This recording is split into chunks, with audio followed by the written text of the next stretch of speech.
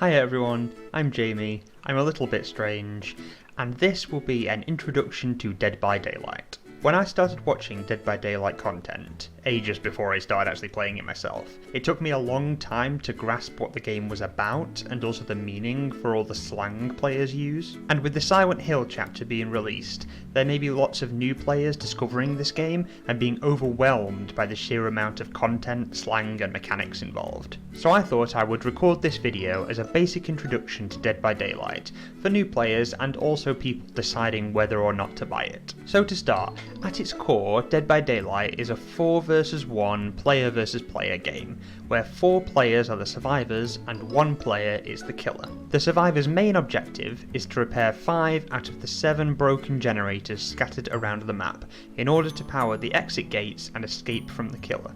The killer's goal is to find the survivors, knock them to the ground, and then place them on meat hooks in order to sacrifice them to the entity. And with the mention of the entity, we get to the lore of the game. The entity is an all-powerful being who rules over the realm in which the game takes place. The basic lore of the game is that the entity feeds on the hope of humanity, and it finds humans in our world and brings them into its domain. It also finds humans, or demogorgons, who have committed murderous crimes, whether it was out of mercy, vengeance, or just because they're pure evil, and brings them into its domain as well. The survivors and killers are then placed in trials together, where the survivors are given a chance to escape and the killers are instructed to kill all survivors, and the entity then feeds on the hope of the survivors. Once the trial is over, be that because all survivors are sacrificed or have escaped, all the participants are sent back to the campfire, which is where they await the next trial.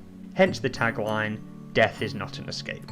There is also a lot of slang that players use in this game. You'll hear them say it when they stream it or when they upload YouTube videos of it, me included. Some is generic video game slang, some is Dead by Daylight specific, but I'm going to run through all the ones I can think of.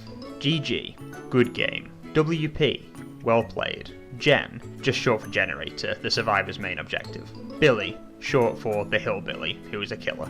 Bubba, Leatherface. The Nightmare, Freddy. The Shape, Michael Myers. The Pig, Amanda from Saw. D-Strike, Decisive Strike, a perk that allows survivors to stab the killer to get off their shoulders. BM, Bad Manners, doing things that have no purpose but to annoy the other side. Memeing, doing something not because it is effective but because it is fun.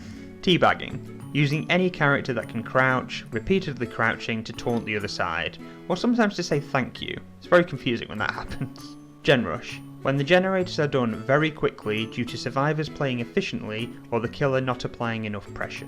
Pressure, basically anything the killer does to stop the survivors from doing generators. Toxic, when players use overpowered perks, add-ons, loops, or items while also BMing the other side. Or it could just be when you use the perks, it varies player to player. Camping, when the killer remains in the vicinity of the hook after hooking a survivor, when there are no other survivors nearby. Face camping, when the killer stands directly in front of a hooked survivor and stares at them while they die, grabbing off and dropping any other survivor that comes to rescue. Tunneling, intentionally going after a survivor that has been recently unhooked with the intent of hooking them again, regardless of any other survivor in the area. Basically just a way to get somebody out of the game really quickly. Slugging, when the killer hits a survivor down to the floor and then leaves them in the dying state while they go and do other things. Auras, a red silhouette of a player that another player can see with perks, add-ons or items allowing a player to see where another player is. Tarah Radius, a circle surrounding the killer. Once a survivor enters this radius, they will begin to hear a faint heartbeat. As they get closer to the killer, this heartbeat will get louder until they begin to hear threatening music. The Tarah Radius is also the activation range for a variety of killer and survivor perks. Perks, powers that the killer and survivor can use to increase their effectiveness at killing or surviving. Teachable. Each killer and survivor also has 3 perks that are specific to them until you reach a certain level with that killer or survivor, and then those perks go into all your other characters' blood webs. Blood web. You put your blood points that you earn from actions in the game into blood webs to unlock perks, items, add-ons and offerings. Completing blood webs is the way you increase your character's level. Loops. Basically just a piece of scenery anywhere in the map that a survivor can run around to keep the killer at a distance. Pallets. Pieces of wood that spawn across the map, mainly in loops, that survivors can throw down, either hitting the killer and stunning them, or just to make that loop a lot safer for the survivor until the killer then breaks that pallet, giving the survivor time to run away. Survivors can vault dropped pallets, most killers cannot.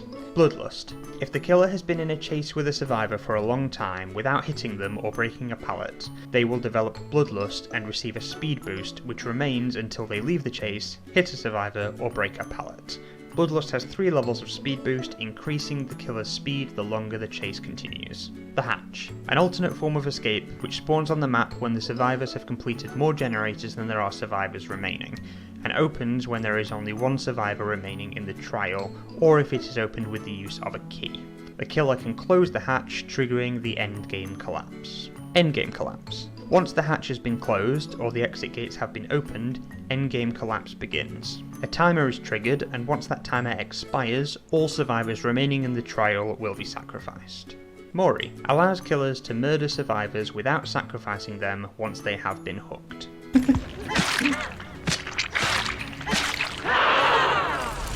And that's all I could think of. If you've heard a Dead by Daylight YouTuber or streamer say another phrase that you didn't understand, leave it in the comments and I'll see if I can help. Dead by Daylight is a really fun game with an amazing community behind it, and I'd recommend it to anyone even if you're not a horror fan. I wasn't a horror fan when I got into this game, I'm still not really a horror fan. I get scared really easily. But it's just a great game, and it helps that it gets like new content updates really regularly, I think every 3 months. So yeah, I hope this helped anyone new to Dead by Daylight or anyone considering getting the game. I hope you'll give me a like if it did, or if you just enjoyed the video, and subscribe to see other videos from me. And I hope to see you all next time. Stay strange, everybody.